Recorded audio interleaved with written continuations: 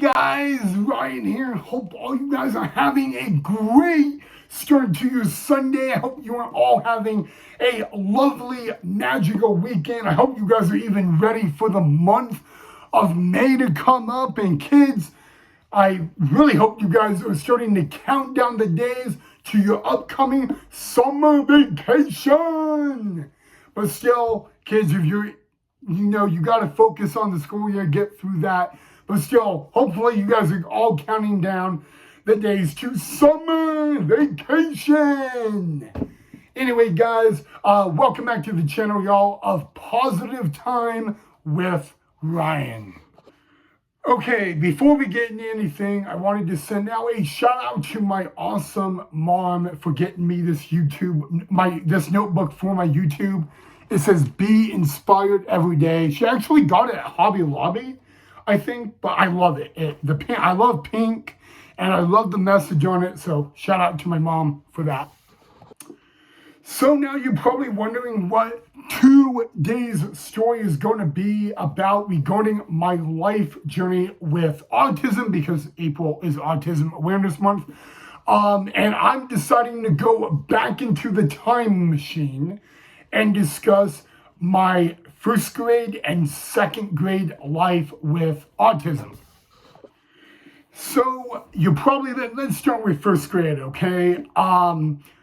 First grade year was a lovely year for me. I can tell you that I still remember at the age of 27 years old, I still remember my very first day of first grade at Lake Kazel Elementary. And something started off not the best that day. Number one, my mom took so many beautiful photos of me. She was really excited that it was my first day of first grade and my first day of school. But then my bus was late. My bus was about 15 to 20 minutes late. I had to ask my mom this before the video. And so that made me late for school on my first day of first grade. I actually was walking into the class when my class was saying the Pledge of Allegiance. So the first time I got to say the Pledge of Allegiance in first grade was actually the second day of first grade. But I had an amazing first grade teacher who 1000% already knew I had autism and was really just a great teacher, both inside and outside the classroom. I'm very lucky to have her as a first grade teacher. But I got to go into it. My biggest and funnest memory of first grade, and I bet there's a billion more that I'm not thinking about, but the one I could think about the most is reading the book Junie B. Jones. I'm dating myself a lot by saying that name. That was a book written by Barnabas Park, and we read Junie B. Jones and Junie B. Jones first grader at Storytime. That was the very first time I ever even heard the book Junie B. Jones, and I really think that my favorite book overall throughout my entire elementary life as an autistic student was none other than Junie B. Jones.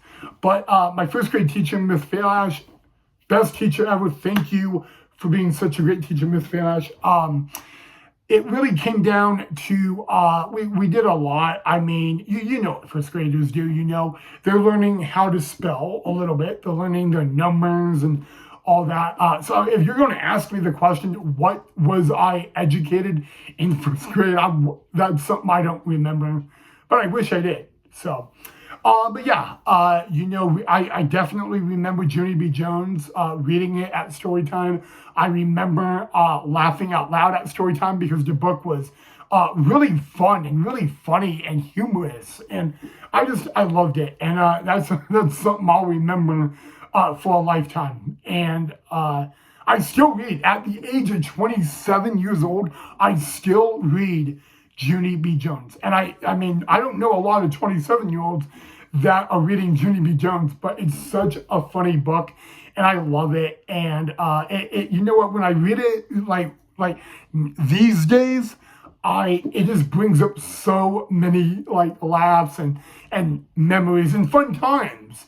And so I think my biggest memory of first grade was reading Junie B. Jones, and that I missed a Pledge of Allegiance on the first day of first grade. But and I guess that's a bummer because I know first graders take a lot of pride in a lot of little stuff, and so unfortunately, my first day of first grade, I missed the Pledge of Allegiance with the class, but I got to read a book and have story time of Junie B. Jones, which was literally one of the funniest books you can ever read as an elementary kid. And it is so funny. It makes you laugh. Sometimes it makes you laugh until you cry. But I had a phenomenal, amazing first grade teacher that believed in me from the get-go. She didn't like push me like you would see junior high and high school teachers do. But she was, I mean, literally, she absolutely wanted the best, not just for me, but for all the students. And I'm lucky to have a really good friendship with a classmate of mine in first grade named Emmy Hansen. Me and Emmy Hansen first met in first grade. We were classmates in first grade, went to the same elementary, middle/junior high, and high school. We had classes together in high school. And I remember we brought up those times in first grade and all that. So, but if there's anything I could wrap up about my first grade life, it is thank you so much to me, to my amazing first grade teacher, Miss Felash, that I am lucky to call now one of my coworkers. Okay, well now if we're going to talk about my first grade life, we might as well go to my second grade life. That was Miss Condren's class. First of all, I was the final class that Miss Condren taught. After my second grade year, Miss Condren unfortunately retired, but there was like so much. I was Batman for Halloween in second grade. I got a lot of B's and C's on spelling tests, but my second grade teacher, Miss Condren, would always say that I had great handwriting for a second grader. And like, she even told me at one point, I don't know a lot of second graders that have a handwriting such as good as yours. And that's like one of the best compliments you could get from your second grade teacher as a second grader. And then I remember especially the last day before Christmas break, we walked in, it was pajama day, and the classroom was set up literally just like the Polar Express. I mean, we got a ticket, it got punched, we watched the Polar Express, it was set up literally exactly like the Polar Express. And to top that, we got hot chocolate and chocolate chip cookies. It was just memorable. It felt like I was literally on the Polar Express. Something that I'll always remember. I even still talk to my mom, these days about like that very moment, because every Christmas Eve, my mom and I have a tradition of watching the Polar Express. And I still tell my mom, I'm like, hey mom, remember when I was in second grade, I told you about that, how my classroom was on the final day before Christmas break was set up just like the Polar Express. And my mom loved it. And I even tell my family about it, I tell my girlfriend about it, I tell my friends about it, I even tell strangers on the street about it. I mean, just something that was very creative, and it just stuck with me. But second grade was great. I think my favorite subject, someone asked me if I in first and second grade, what were the classes I had to go to the resource room for.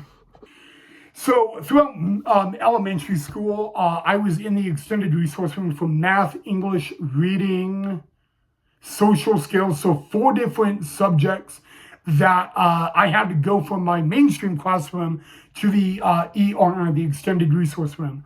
Of course, social skills is now not a thing they teach in elementary school now, but at my time, because I'm dating myself a little bit, they did, but they do teach social skills right now in the extended resource room in middle school / junior high and high school. But at that time, when I was in first and second grade, they did that in elementary school.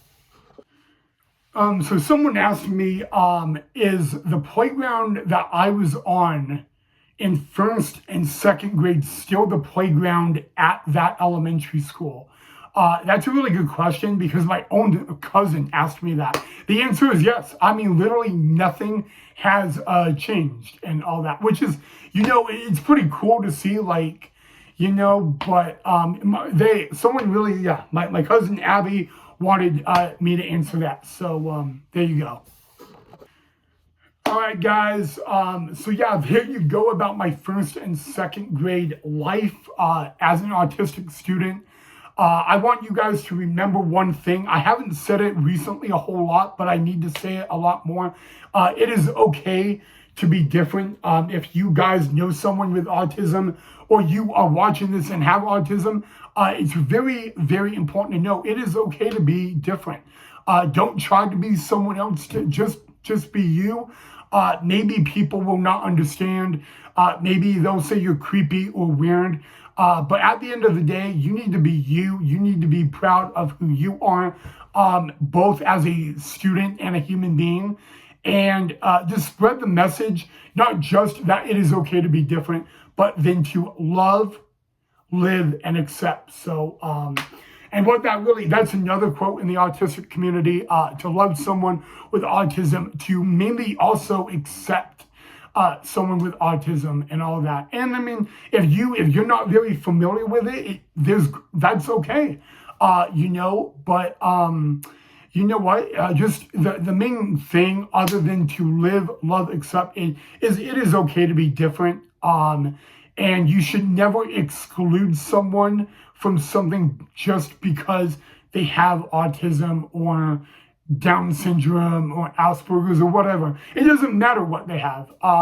You should include them and not, exclude them. So that's another big thing I want you guys to take away from that as well.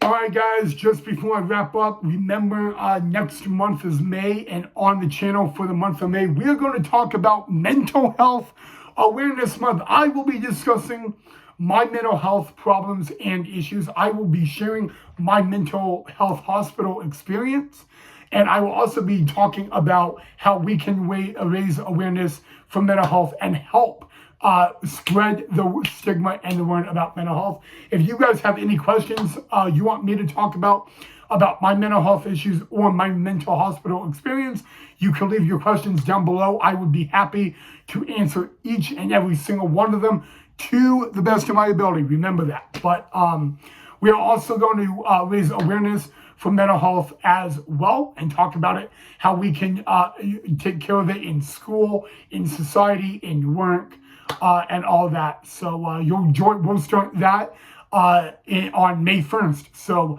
this Thursday we'll actually begin that. So, but other than that, guys, have a great rest of your weekend. Thank you so much for watching. If you enjoyed the episode, hit that like and that thumbs up. Not subscribed, make sure you subscribe. And yeah, guys, we are going to continue Autism Awareness Month and my story time. But starting on Thursday, we will go into our next series of Mental Health Awareness Month. All right, guys, I'm going to end it there. Thank you so much for watching, and I'll see you all in the next episode.